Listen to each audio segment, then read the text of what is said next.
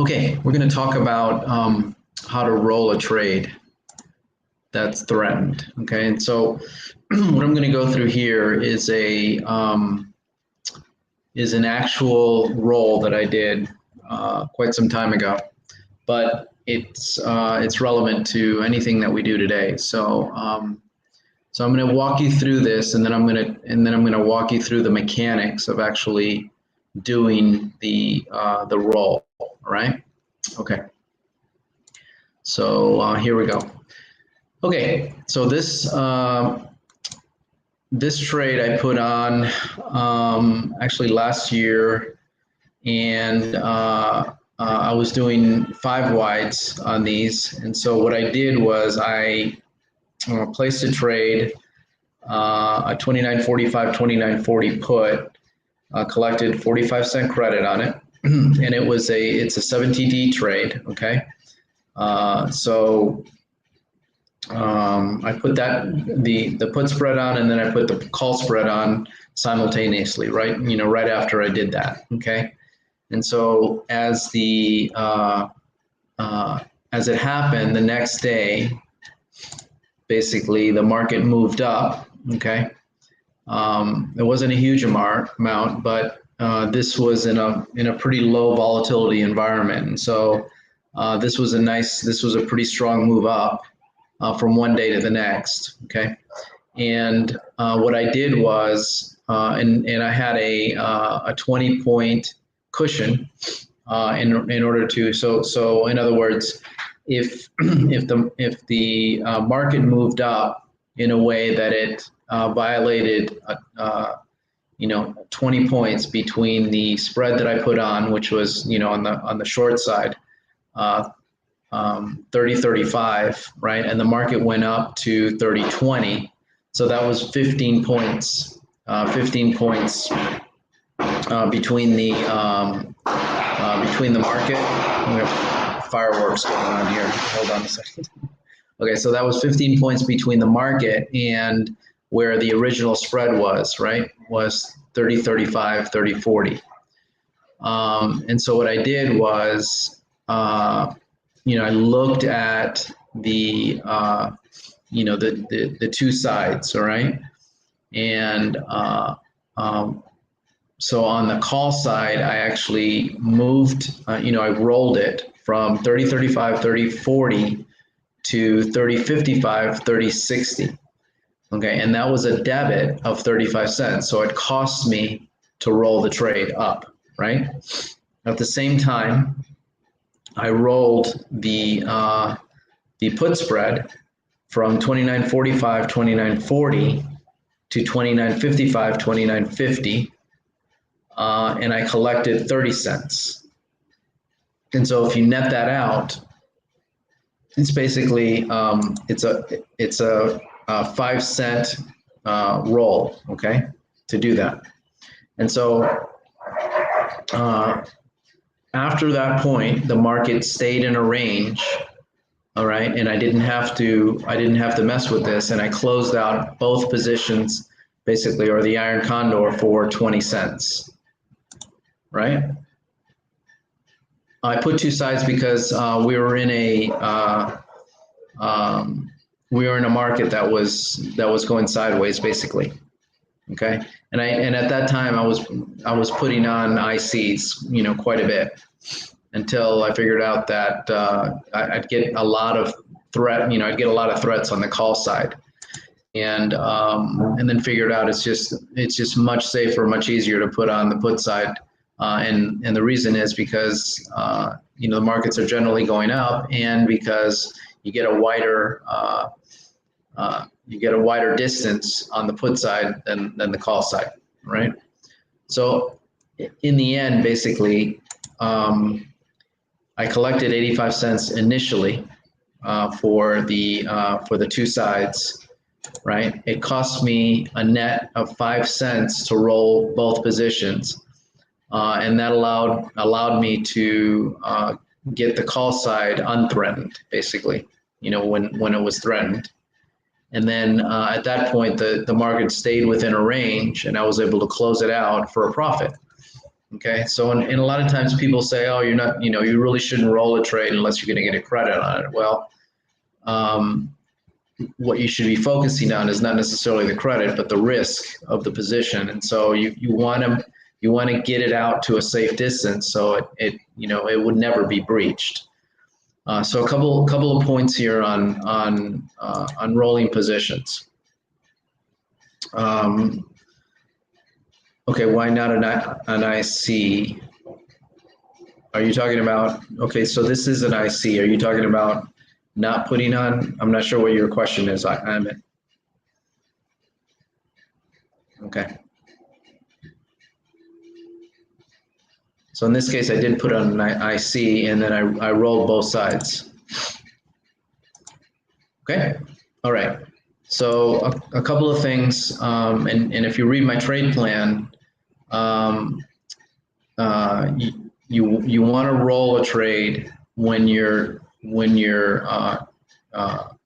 further out in expiration. You don't want to roll it when you're 1 day or 0 days, right? So you want to and if it gets to that point, you just the best thing to do is to close it. But in this case here, I had put on a 7 DTE, and on the 6th day before expiration, I actually rolled it. So you want to roll it early. You don't want to wait until it possibly or potentially gets breached.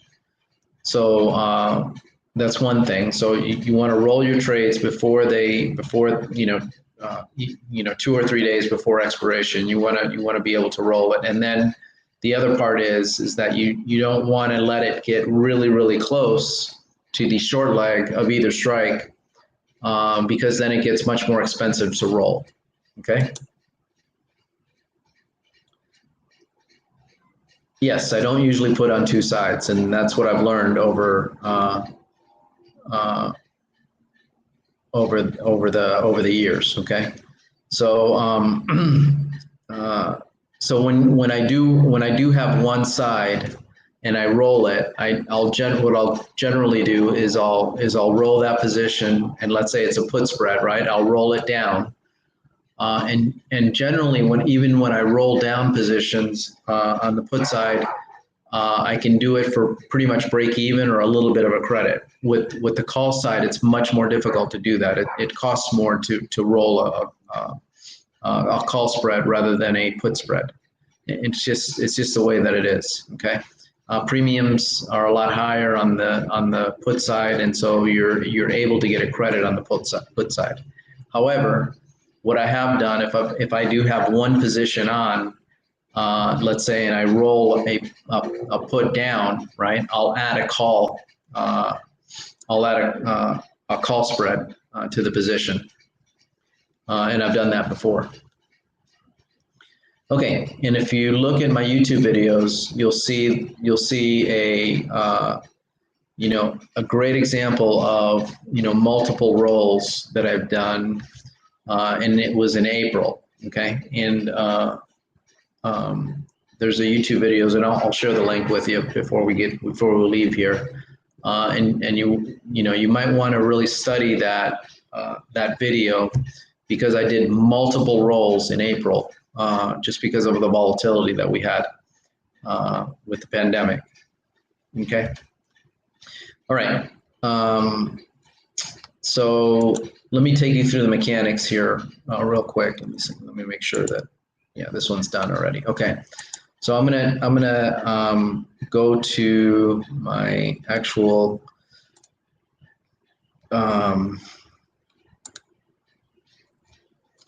let's see, application window. Yeah. So let's share this here. Okay. So I'm going to take you to my screen here, and so these are actually my actual positions that I have on right now. Okay, and so this is the 7 DTE trade that's remaining, right? And so when you wanna roll this trade, you wanna select both, and it really depends on what platform you're using. And I have to go back and forth here to see if there's any questions. So hold on a second. Make sure. Okay, now I see it. Okay, so what I do here is I will I will select the positions that I want to roll. Okay, so I'll select these, and then I'll do a create a rolling order, and it's a vertical roll, right? Which is the one that you need to do. And so you can see here that Thinkorswim actually puts up, gives you an automatic selection, right? And so in this case, it's moving it out to the next expiration period with the same strikes. And you can actually roll this position and collect a 25-cent credit, okay? But in reality, let me make sure here, let me go back. Okay, in reality, let me see if there's more messages here. Oh, wow. Okay, wait, I'm sorry, you can't see my screen. Okay, so let me grab my screen. Hold on one second. Let me know if you can see it. Okay, there, you should be able to see it. I think I deleted something. Okay. All right. Okay, so let me answer, I'm here to answer the question. So let's go through here and let me answer the questions before we get into the mechanics. Okay. Yes, so what I explained here, it was actually an IC that I was rolling, okay? Explain exactly on one side. So you're saying explain, okay, so I'm gonna walk you through a one-sided roll here, all right? Okay, when do I determine to do the adjustment? No, it's not based on ABC analysis. It's based on the distance from the short leg to the market. Okay, so let me take you. Okay, and in a second here, I'll take you back to the original presentation, okay, and talk about that. But let me go back here and walk you through the actual mechanics of the roll. Okay, so I'm going to select here. Okay, I'm going to select these two. Okay, and then create a rolling order. Okay, so it pulls up this this screen here. And what I have here, this is my original trade, 14 December, 35.80, 35.70 put spread, okay? And then if I want to roll this down, and so it's automatically giving me a 16 December expiration, right? And so what's 14? We're 8 December, so we're really far away from expiration still. Right, but I can change this and I can change these two. So let's walk through. So right now it's a 25-cent credit just using the same strike. So let's lower the position, right? Let's take this down to 40 and this down to 50. All right, so I'm actually rolling the position down 30 points, right? And I still get a credit of 5 cents. Now, even when the position's threatened on a put spread, this actually happens. You can actually roll this position, 30 points down with, and using an expiration that's 2 days out. So you're getting additional theta on this thing, and delta, right? So that you can still have a credit when you're rolling this position down 30 points. And this is very typical of put spreads, and they're just much easier to mitigate. Okay, so let me go back here, see if you guys have any questions. Okay, no questions. All right, good. Right. So let's say I want to take it out even further. Let's say I want to go out to 18 December, and you got to be careful with the AMs, right? Because the AM expiration is a totally different animal. So I'm going to go out to 18 December. Okay, and it changed it for both. And you can see here now that I have a 25-cent credit, right? Just by moving the expiration a little bit further out. So I get an even larger credit. And then you can play with it again. You can roll this down further.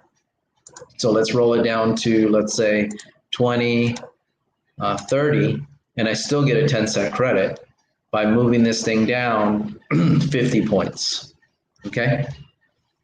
And you know, depending on where you are in expiration, you know, during, you know, in the expiration cycle, how far you are away from the market will determine, you know, the credit or debit that it's going to cost you to make that roll, right? So, so that's really it. That's basically it. That's the mechanics of the actual roll. Now let's go back to the example. Let me go back to see if you guys have any questions here. Okay. Well, okay, I don't really look at too much of delta, but I kind of do, because I want to make sure that I'm pushing this thing away, and there's little risk that I'm going to have to roll it again. But honestly, when you start rolling the position, you know, you may have to generally roll it, you know, a couple times before you get out of this trade. You know, and you want to do it early in the expiration cycle and enough points away so that it gives you room. Okay, you don't want to, you know, you don't want to roll it when you're only 5 points away. Okay, it's going to be much more expensive to roll. Okay, you originally opened an Iron Condor. Can you roll one side independently? Yes. However, in this example, right, the most important position that you're going to roll is the one that's threatened. And in this case, it cost me a debit of 35 cents. Now, granted, if I didn't roll the put side of this, right, because I collected 45 cents originally, or 40 cents, you know, I still would have come out with the trade profitable. Okay, if I didn't roll the put side. Does toss give you an option to roll one side for individual legs? Yeah, you can do all the kinds of things with the roll. Okay, you can add positions to it. You can you can make it wider. I mean, you can do a lot of things, but I like to keep it simple. And when I roll it, I like to keep it with the same width, and you know, roll it within you know, a little bit further out in expiration. Is a roll supposed to get you back to break even? It could be. You know, I mean, I like to still make a profit on a position even when I roll it. I have an example too for a monthly trade that I actually collected additional premium when the position was threatened, and I rolled it, and I actually made more money on it rolling it. Yeah, the goal is to keep your profit, right? Because you're putting all this work into it, and you want to be able to manage an adjustment so that you still end up with a profit. In this case, I did roll 5 days in advance. Sometimes I roll it 3 days in advance or 2 days in advance. But in this case, I only had, you know, since it was the first day, you know, I was able to roll it only 2 days, right? Only 2 days out, because it was very early in the expiration cycle. So it gave me that room. And so I use both, you know, distance to the market and expiration to determine what the strikes are. You know, and I'm going to tell you something. You know, doing these rolls is kind of clunky, right, at first, but once you have experience doing these, it becomes innate, and you're able to know what's going to work and what's not going to work. Okay, but it just takes experience and time, you know, for you guys to do this. All right. So just to be clear, I'm going to go back to the presentation here. Exactly right. I was threatened immediately. Now, some people will say, well, look, let's go back to the presentation here real quick. Okay, it's good to make this thing real. Okay. So if you look at this thing right now, in this case, the market moved up to 30.20. Okay. But keep in mind, and some people say, well, it's not even close. It's you're still 15 points away. But I've found that in a low volatility environment, you want to keep it definitely. Once you get within 20 points in an environment that's with a VIX is 20 points or lower, you want to roll that trade. You don't want to wait until it's 5 points away or even 10 points away, right? And when the volatility is at 30, recently from what we've had, right? We've had the VIX at over 20. Now it's almost getting down to 20, and you don't want to you don't want to even wait to 20 points. I've rolled these things where I'm at 30 or 40 points just to be on the safe side. Okay, because if there's one thing that's gotten me into trouble is waiting too long to roll a position, and you want to do it early. Let me see, get some questions here. Okay, all right, yeah. So so because it was threatened very, very early on, right? The first day, I had plenty of time to move this out, and so I only had to move it out from 29 to 31, only 2 days. Now, if it would have gotten threatened in this area here, it wouldn't have, I wouldn't have rolled it 2 days. I would probably roll it 5 days or even 7 days, okay, to get the distances. And it's not about trying to make more money. It's about de-risking your position. And so the additional expiration time gave me additional room away from the market, so the position wouldn't be threatened again. Okay, and that's really the goal. You want to de-risk the position, get it back in balance, so that you don't have to roll the position again. Okay, and that way you're de-risking it, and you're keeping your profit by doing that.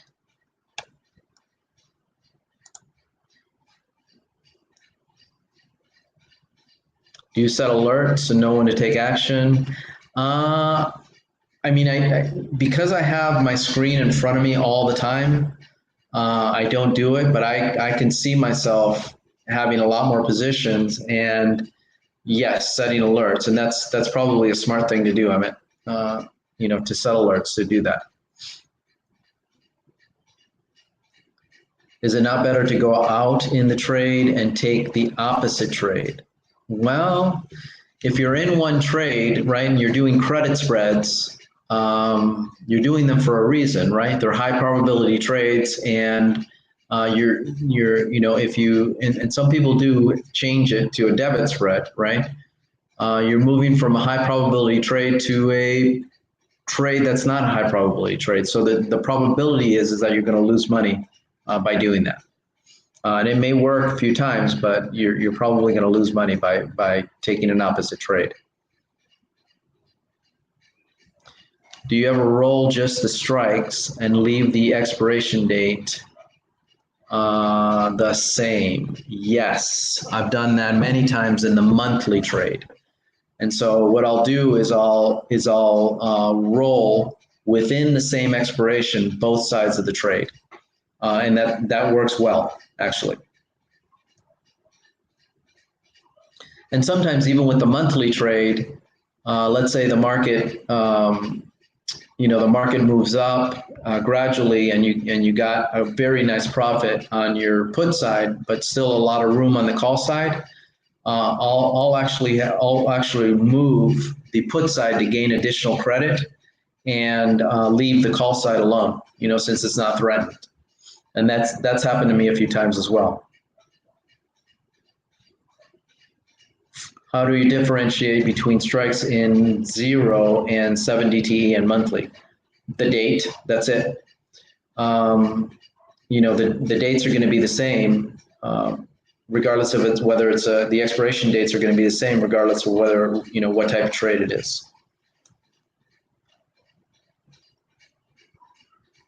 Oh, opposite means a bear call spread. Okay, I got you.